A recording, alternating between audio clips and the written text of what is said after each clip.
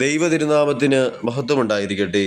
ശൂനോയോ നോമ്പിൻ്റെ 12-ാം ദിവസം എസ്കേൽ പ്രവാചകൻ കണ്ട ദർശനത്തെ പറ്റിയാണ് പറയുന്നത്.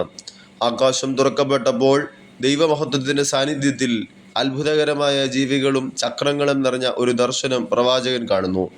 എസ്കേൽ പ്രവാചകന്റെ പുസ്തകം 1-ാം അധ്യായം 4 മുതൽ 28 വരെയുള്ള വാക്യങ്ങളിലാണ് ആ പ്രവചനം കാണുന്നത്. ദൈവത്തിൻ്റെ മഹത്വം ആ ദർശനത്തിലൂടെ അവന് വെളിപ്പെടുകയാണ്. ഈ ദർശനത്തെ പരിശുദ്ധ അമ്മയുമായി ബന്ധപ്പെടുത്തി ധ്യാനിക്കുമ്പോൾ ദൈവ സാന്നിധ്യത്തെ വഹിച്ച രഥം പോലെ അമ്മ തൻ്റെ ഉദരത്തിൽ ദൈവപുത്രനായ ക്രിസ്തുവിനെ വഹിച്ചു എന്ന് കാണാം. രഥം ദൈവമഹത്വത്തിൻ്റെ സാന്നിധ്യത്തെ വഹിച്ചതുപോലെ ദൈവമാതാവ് ലോകത്തിൻ്റെ രക്ഷകനായ ക്രിസ്തുവിനെ വഹിച്ചു എന്നത് കാണുവാൻ സാധിക്കും. എന്നാൽ മറിയത്തിൻ്റെ മഹത്വം അവൾ ക്രിസ്തുവിനെ വഹിച്ചതിൽ മാത്രം ഒതുങ്ങുന്നില്ല.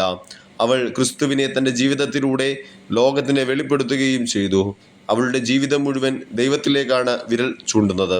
നമ്മുടെ ഹൃദയം ക്രിസ്തുവിൻ്റെ വാസസ്ഥലമാകണം.